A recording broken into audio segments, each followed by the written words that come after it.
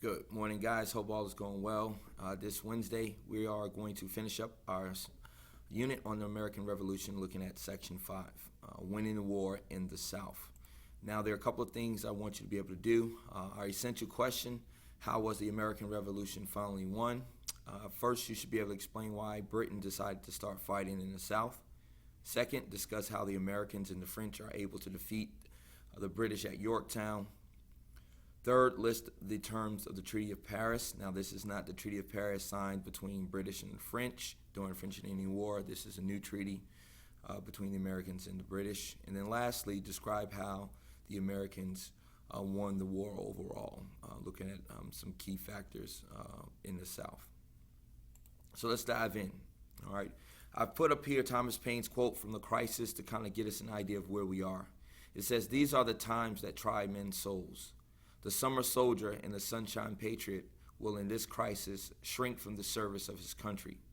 But he that stands it now deserves the love and thanks of men and women. Tyranny is not easily conquered, yet we have this consolation with us. The harder the conflict, the more the glorious triumph." And so as General Washington would read this to the troops to galvanize them, to say those who are looking for good times, things when things are easy, to stand up. This is not how the war is going to be won. It's going to take those who will stand in the hard and difficult times. And then the reward that's going to come is going to be triumphant.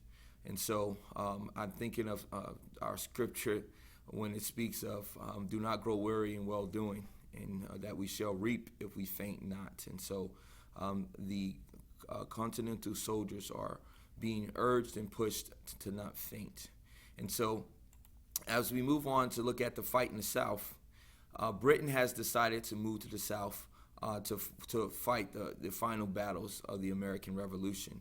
They understand that they have many loyalists in the South, those who are still clinging or deciding, mainly for economic purposes, to stay connected to Great Britain.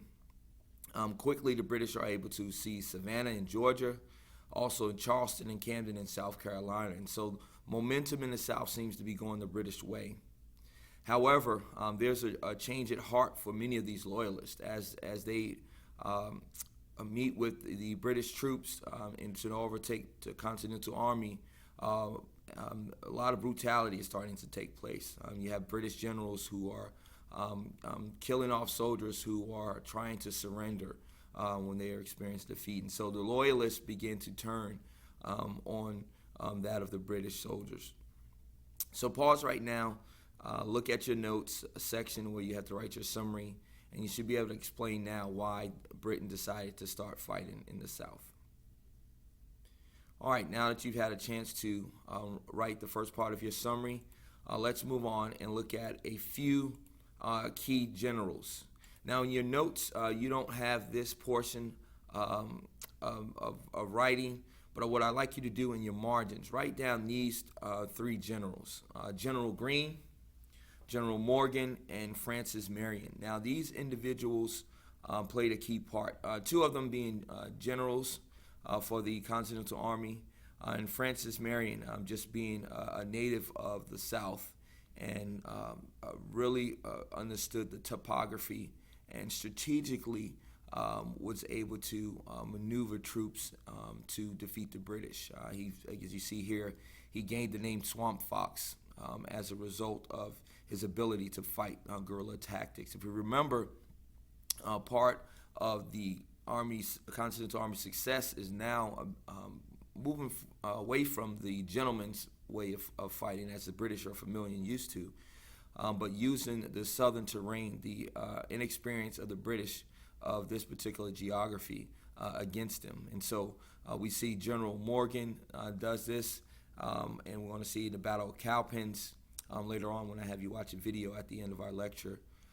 You'll see how these guerrilla tactics by these generals work to the advantage of the American patriots. As we move on to Yorktown, General Cornwallis, he has gained some success in South Carolina. Although his soldiers are pretty battered and wounded in gaining Camden and Charleston, he decides to abandon the attempts to take North Carolina, and he moves on to Virginia, basically getting word that Americans are getting supplies, and he wants to cut those supplies off to Americans. All right. In addition, Benedict Arnold, who earlier on was American patriot, he now is working for the British. He secretly agreed to turn over West Point in the north to the British, and that was foiled. And he also was responsible for burning down Richmond, a key city in the South, and also part of the Patriot stronghold. And so Benedict Arnold is trying to help the British to win in the South. Cornwallis, as he moves to Yorktown, which is a peninsula, he finds himself trapped. The French, along with the Americans, block off the only path on land, and the French bring their navy to blockade the British troops in Cornwallis to be able to exit. And so we find that Cornwallis is trapped, and on October 19th, 1781, the British is forced to surrender Yorktown. Now, what I'd like you to do, again, is pause the video right now, go to your summary notes, and answer the second part of your essential question, to discuss how the Americans and the French are able to defeat the British at Yorktown. In addition to our lecture, I'm going to give you 2 supplemental videos that you can take a look at Yorktown to kind of get a better, fuller idea of what actually took place at Yorktown. Now that you've finished the second part of our essential question, how was America able to finally win the revolution? And let's move on to our third section and look at the Treaty of Paris. As I said earlier, the Treaty of Paris was between Great Britain and the United States. It recognized the United States as a sovereign, independent nation. It acknowledged the territory of the United States from the Atlantic Ocean to the east, to the west of the Mississippi, and to the Great Lakes in the north, and then finally in the south in Florida. The United States also agreed to pay the Loyalists for property that was lost in the war. Again, part of coming together and remaining one United Nations was to have some compromises. We're going to talk about those in later chapters. But the Loyalists felt that they needed their property, finances given to them because much of their property was destroyed in the battles that took place in the South. And so April 15, 1783, Congress ratified the Treaty of Paris, giving the Loyalists this property. Now, what you should be able to do is list the terms of the Treaty of Paris also in your summary section. So go ahead and pause and do that, and then we'll move on to our fourth and final section of our lecture. All right, now that you had a chance to look at the Treaty of Paris and list its terms, let's look at why the Americans are able to win in the South. 3 main reasons. The geography. The Americans, the Patriots, were really versed in how things were set up. They were able to use the guerrilla tactics and set up and ambush British troops, which ultimately became the demise of the British. They were unaware of really the geography and strategic of how to win the war.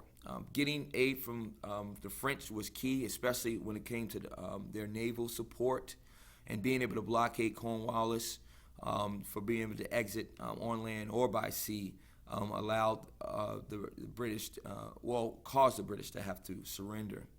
And then finally, America's growing patriotism. It's something about a desire to fight for liberty and freedom that really fueled the Americans in bad times. Again, those summertime soldiers, those sunshine patriots, really weren't in existence in full capacity. But those who were willing to withstand the hard times and the skills that they had and garnered because of their desire for freedom really worked in their favor.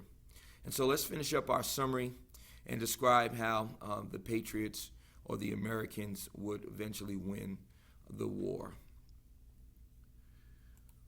What you see here is basically a map of the various wars and the victories, both American and British here. Just take a snapshot to get an idea of what took place. Finally, what I'd like you to do, a couple of things. I've given you a couple of links on Moodles to look at the Battle of Cowpens in Yorktown to further your understanding of the ending of the American Revolution. Take a look at those videos and see if it can bolster your summaries a little bit with a little more details. And then lastly, if you have any questions, write those down in your question sections, and we'll take a look at those when we review tomorrow. Thanks, guys, and I hope you have a great day.